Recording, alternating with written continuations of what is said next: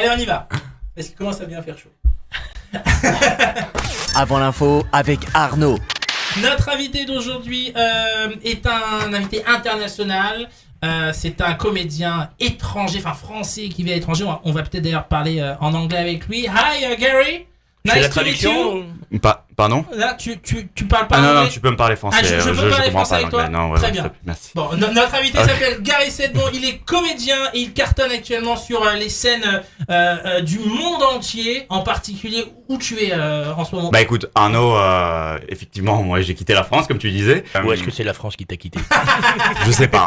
On s'est séparés en tout cas. Ouais. Et j'ai fait mon alia. Ah, voilà. T'as fait ton allié? Ouais. J'avais vraiment envie d'être entouré que de fudge, tu vois. Donc je me suis installé juste à côté de Tel Aviv, à New York.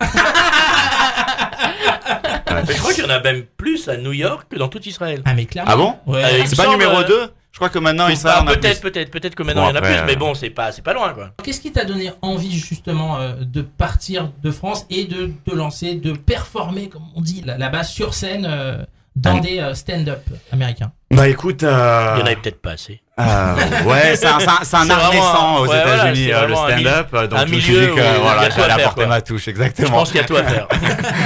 Bah le truc c'est que tu vois, en fait, New York pour les fudge, c'est génial, vraiment génial. Tu vois, genre ici en France, vous êtes en quoi, 2018? Ouais, c'est ça à peu près. Ouais. Parce que là-bas c'est 5778 pour tout. Tu sens comme la maison parce que la ville elle est tellement bruyante que t'as l'impression que c'est un dîner de Shabbat. Alors, non, je te promets. En plus, ils ont un hôpital. L'hôpital principal, il s'appelle le Mont Sinaï. C'est bon ça. Alors, tout le monde naît en terre promise là-bas. Tu vois. Le seul truc, en gros, que j'ai voulu américaniser pour mieux m'intégrer avec l'audience, tu sais, à New York, c'est mon nom parce que bon, Gary Sedbon, c'était un peu lourd, tu vois. J'étais allé voir une agence de com et ils m'ont dit, écoute, tu ressembles un peu à Ryan Gosling, mais en fudge. Donc, on va t'appeler Ryan Gosling. Goslan. J'ai gardé Gary Sedbon. Ouais. Mais alors, j'imagine que en étant à New York, ça doit être facile pour toi de pratiquer ton judaïsme à New York. C'est incroyable là-bas, je pratique, mais grave. Déjà, je suis devenu chômeur Shabbat, tous les jours. Hein. J'utilise plus mon téléphone, je parle à Siri. Quoi d'autre? Je conduis plus, je prends que des Uber. Et je touche plus le feu, je vapote. et le truc, tu vois, c'est que je suis même cachère l'épaissard toute l'année. Ah oui? Ouais, parce que à New York, il y a que des restaurants végétariens sans gluten. Donc, voilà. Mais bon, je vais te dire la vérité, Arnaud, honnêtement, je suis pas si religieux. Dans ma famille, on n'est pas très religieux, tu sais. Mon père, il lit encore le kidouche en phonétique, alors que ça fait 60 ans qu'il le lit toutes les semaines. Et je te jure, parfois, on comprend rien à ce qu'il raconte. Lui-même, il sait pas ce qu'il dit. Et une fois, attends, il prend le kidouche comme ça. Tu vois, le livre du kidouche, il fait... Yom HaShishi, quel est relou, Shamaim, Esther, arrête, t'as bien, femme, Bayera, je t'en supplie, Bayom, ma chérie, tu mets bien trop d'Arissa. Je jure. Il fait passer des messages subliminaux, c'est ça? Ouais, complètement. Il y a 6000 km entre la France et New York. Ouais, 5789 d'après ma mère.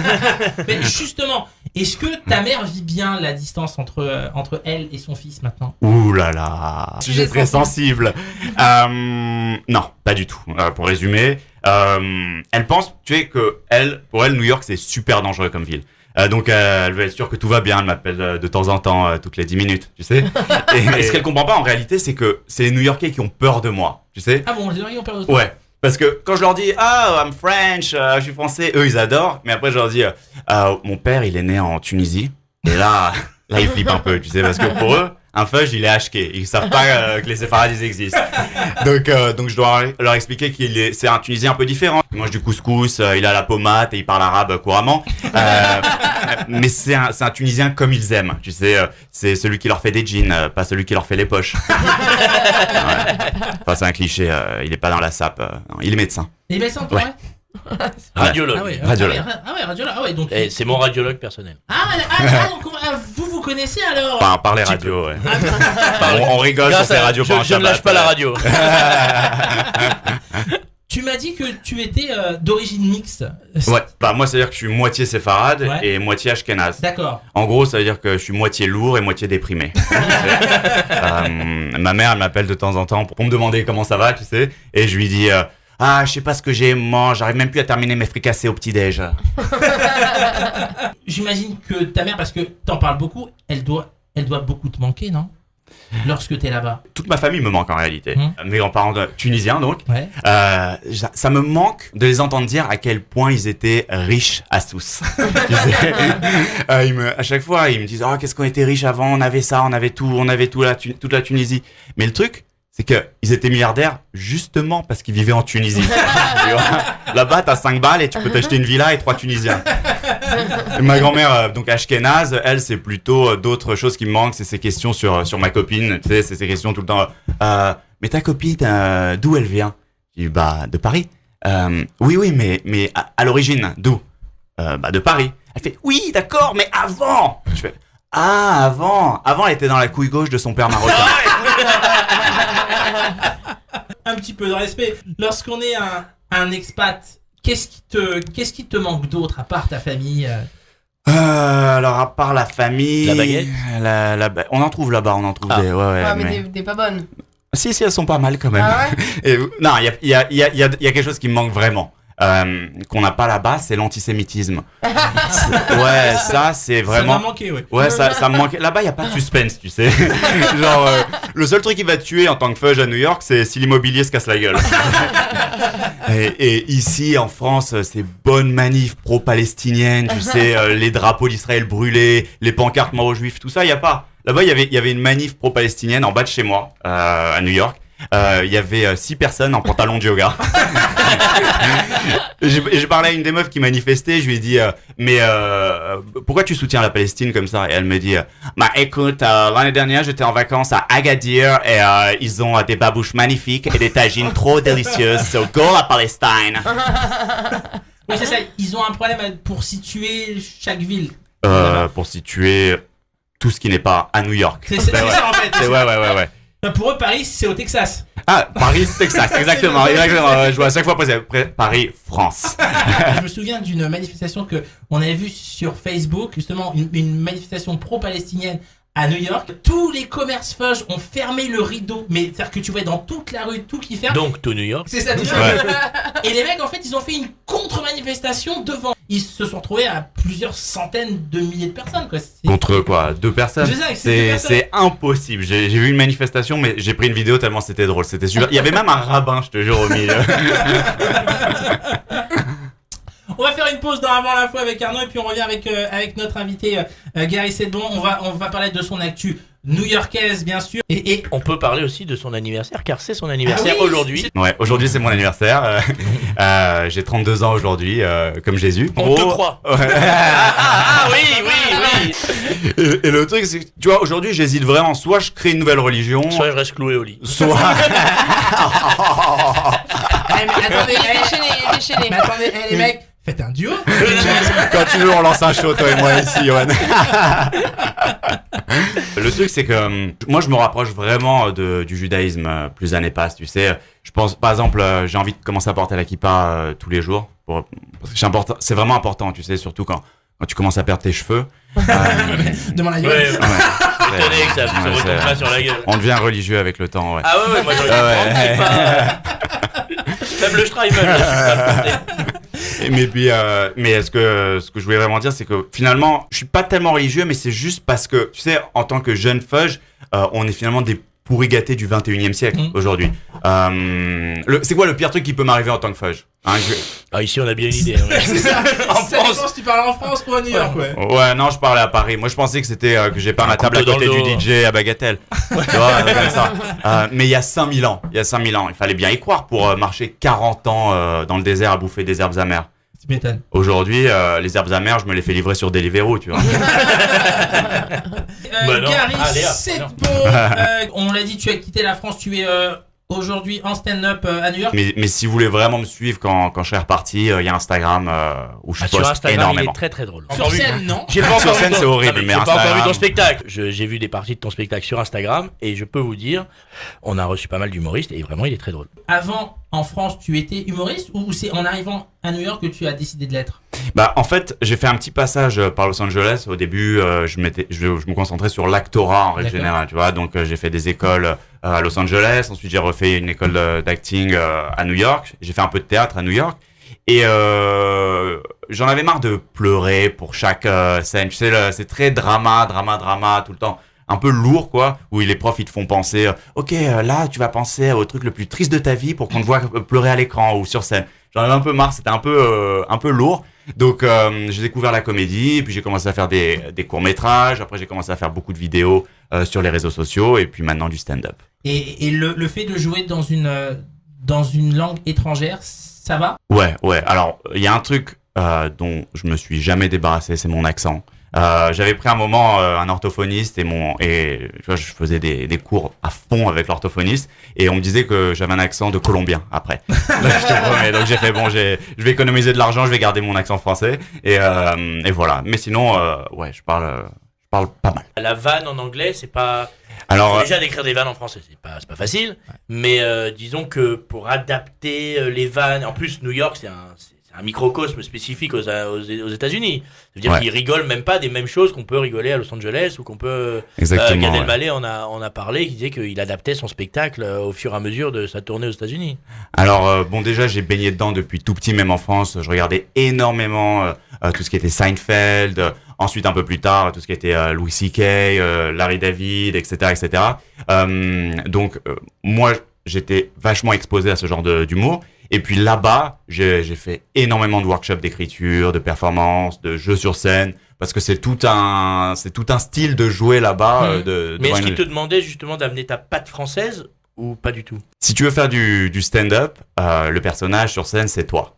D'accord? C'est une version, on va dire, exacerbée. 2-3, c'est ça. Ou pire. Ou pire, si, c'est ça. Ouais, voilà, vraiment. Si tu as envie que ça soit vraiment drôle, c'est tu vas pousser tes défauts, mais c'est toi à la base. Donc, forcément, j'avais besoin de mon expérience française. Tu as déjà croisé Gad Elmaleh dans des petits comic strips. T'as joué dans la même salle, non? Ouais, alors on a joué dans les mêmes salles, mais pas sur les mêmes shows en même temps. Je l'ai jamais croisé directement. Ceux que j'ai croisés directement, c'est Seinfeld, des Amy Schumer, des Amy Schumer, des Louis C.K. Tu as pu croiser beaucoup.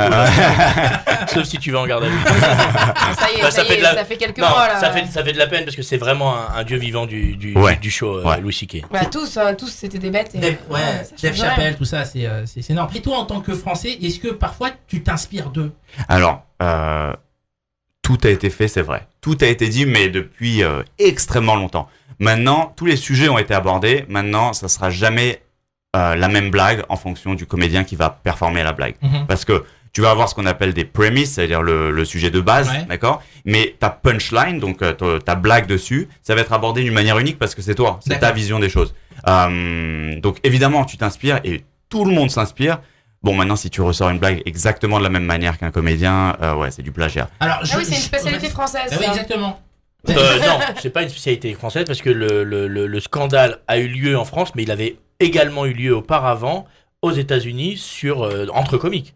Et Jerry Seinfeld s'en était moqué dans son tout dernier show qui s'appelait I'm Telling You for the Last Time, où on voyait les comiques ils se piquaient des vannes. C'est quelque chose qui est très ancien aux États-Unis, le piquage de vannes. Mais toi, aux États-Unis, est-ce que tu as entendu parler de copie comique? Il y en a qui sont connus pour voler des blagues. Maintenant, j'ai pas trop envie de rentrer dans la polémique parce que peut-être que je pourrais faire leur début de spectacle. Mais non, mais justement, parce que de voir ce mec sur Internet, donc copie comique, montrer des parallèles entre des comiques français bien installés et la version américaine, quand on voit que c'est du mot pour mot, est-ce que c'est quelque chose, quand on doit écrire comme toi tous les jours, ça doit foutre les boules?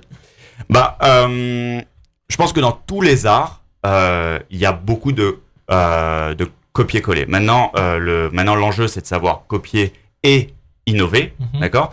Parce que c'est pas aussi noir et blanc que on peut pas dire il a copié, parce que parfois tu peux dire une blague sans savoir qu'elle a déjà été dite. Ça arrive souvent. Avec les mêmes mimiques, tout ça. Ça peut arriver. Alors maintenant, pour les mêmes mimiques exactement à 100%, non, mais après, on peut trouver que c'est très très similaire. Est-ce qu'on peut être influencé aussi sans vraiment en avoir conscience? Non, mais le problème, c'est que c'est vrai que t'as beaucoup regardé des Louis C.K., des Jerry Seinfeld, des Dave Chappelle, donc forcément quand on écrit, on a tout le background derrière, donc il peut en rester quelque chose, et puis il suffit d'observer les mêmes choses avec un regard différent. Exactement. Et puis après, toute la chose, c'est une fois qu'on te dit que ta blague elle a été faite et que ça ressemble vraiment à quelque chose et que tu regardes et que c'est assez similaire, bon bah tu laisses tomber la blague, c'est pas grave. Ce qu'a fait Gad Elmaleh avec Jerry Seinfeld, c'était parfait parce que il le dit lui-même, il s'en cache pas, il a repris énormément de vannes de Jerry Seinfeld, mais il les a tellement bien adaptées, tellement bien amenées, que même Jerry Seinfeld lui-même disait, ça n'a plus rien à voir.